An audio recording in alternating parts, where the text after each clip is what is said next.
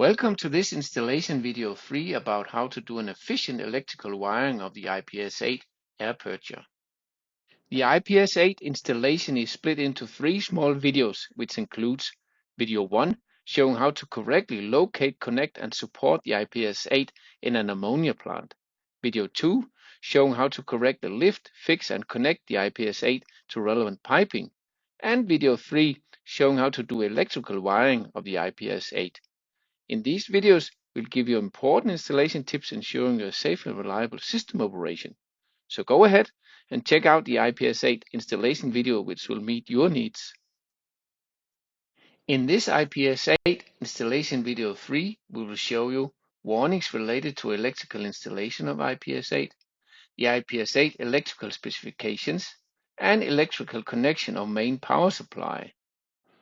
We will also show you electrical connection of the purge valves, electrical connection of the freshwater solenoid valve, also called the bubbler valve, and Modbus RTU wiring. When doing the electrical installation of the IPS-8, it is very important to pay special attention to the given warnings. Please note that there are 3 different IPS-8 versions available, including 2 non-UL versions and 1 UL version. Here see specified the warnings related to the 2 non-UL versions, which you can also find in the relevant IPS-8 user guides. Here then see specified the warnings related to the UL version, which you can also find in the relevant IPS-8 user guide. Here see the electrical specifications of the IPS-8. It is very important to observe and electrically wire the IPS-8 according to these electrical specifications. As just mentioned, there are 3 different IPS-8 versions available with different electrical specifications as seen here. There is a version with 230 volt AC 50 Hz, which is CE marked. There is a version with 230 volt AC 60 Hz. And finally, a version with 230 volt AC 60 Hz with 115 volt AC 60 Hz supply for field coils. This version is UL approved. Beside the different voltages and frequency, then there are also some differences in the current and power consumption between the 3 versions. As seen, then the external layout of the IPS-8 controller box is also different for the UL version compared to the non-UL versions. The same applies for the internal controller box layout, and we will show more about this later in this video. We'll not go into details with the electrical specifications since you can find more information in the user guides for these 3 IPS-8 versions. As just mentioned, it is very important to electrically install the IPS-8 according to the electrical specifications, as well as electrically install the IPS-8 according to legal requirements and given practice. Always ensure that a main power supply protection is provided in the field by using a fuse 16A CC fast or circuit breaker C16A. It is also very important to disconnect the main power supply to be used for the IPS-8 before starting the electrical wiring of the IPS-8.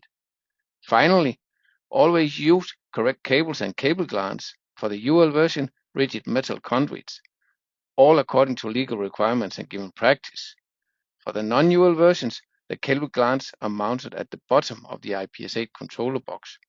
For the UL version, the metal conduits are mounted at the back of the IPS-8 controller box. Again, we will not go into details with the electrical specifications since you can find more information in the IPS-8 user guides. When starting the electrical wiring of the IPS-8, then the first step is to access the internal of the IPS-8 controller box. As mentioned earlier, there are different IPS-8 versions available with different controller box layout.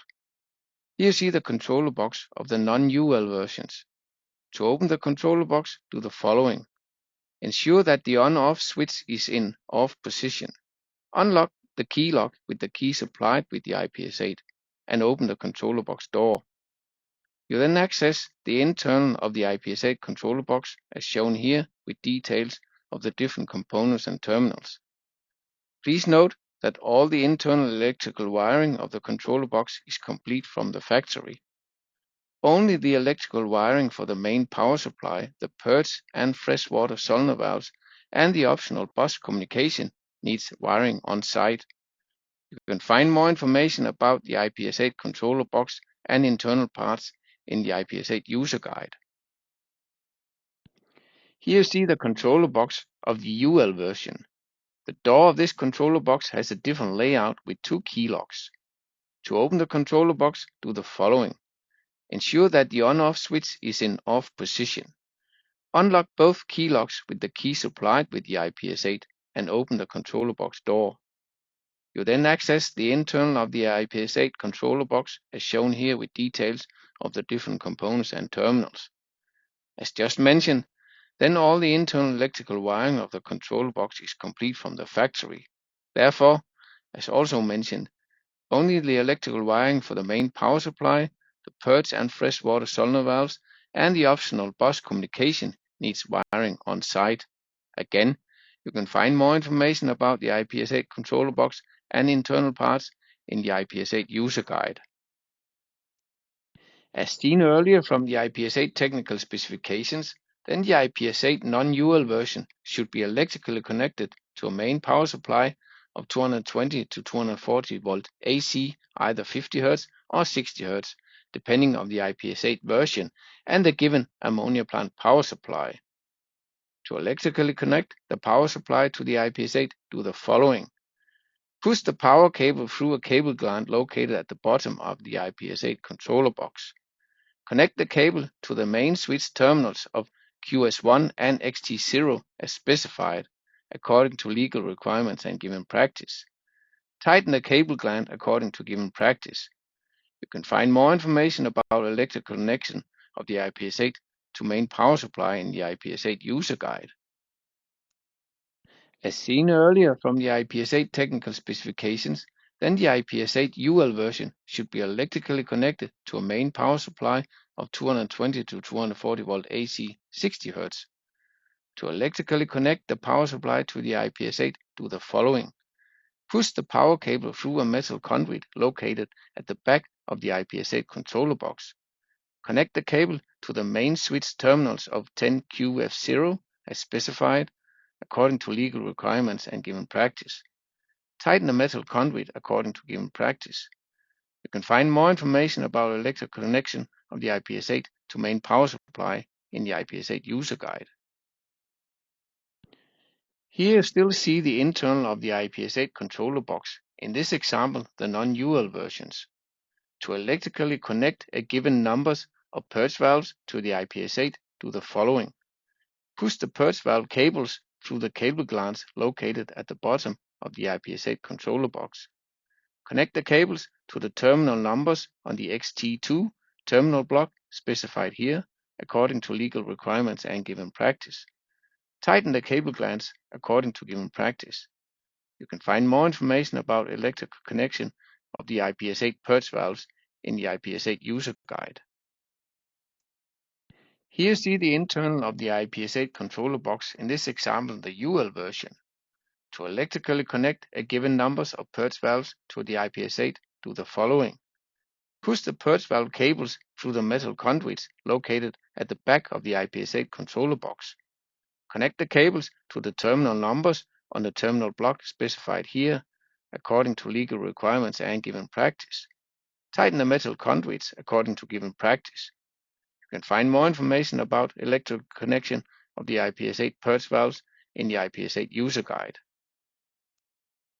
Let us again look at the internal of the IPS8 controller box, in this example the non-UL versions.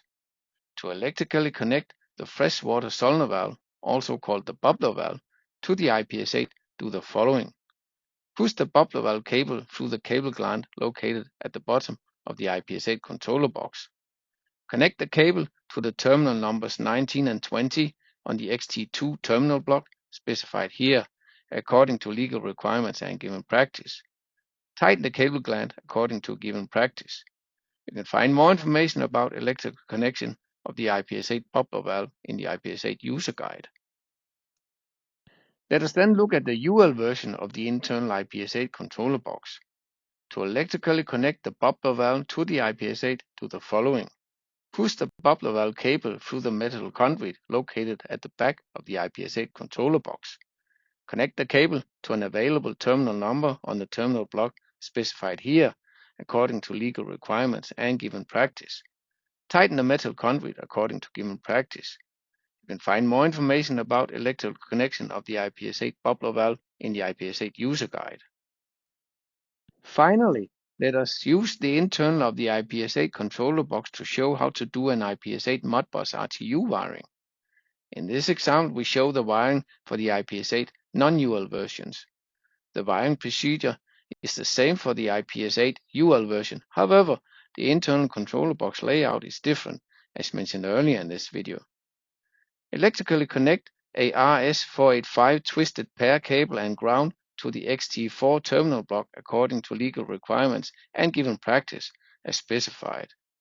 If needed, connect other Modbus RTU devices on the same network in series with the IPS8 as illustrated here. You can find more information about the IPS8 Modbus RTU wiring in the IPS8 user guide. We have now completed the electrical installation of the IPS8 non-UL and UL versions. Please note that the IPS8 should be left off for at least 12 hours from the final installation until it is started up for the first time. Please check out the online IPS8 configuration video about IPS8 startup and configuration. You can also find more information about the IPS8 startup and configuration in the IPS8 user guide. You have now completed the IPS8 installation video 3. So now you have seen the warnings related to IPS8 electrical installation. You know the IPS8 electrical specifications. You know how to electrically connect the IPS8 to the main power supply. You know how to electrically connect the IPS8 purge valves. You know how to electrically connect the IPS8 bubbler valve. And you know how to do the IPS8 Modbus RTU wiring. All this ensuring a correct and safe system operation. Please check out the other online videos about IPS8 installation. You can also scan the QR code shown here to access more information about the IPS8, such as the IPS8 user guides. Have a look at the other online learnings about the Danfoss IPS8 air purger. Thanks for watching.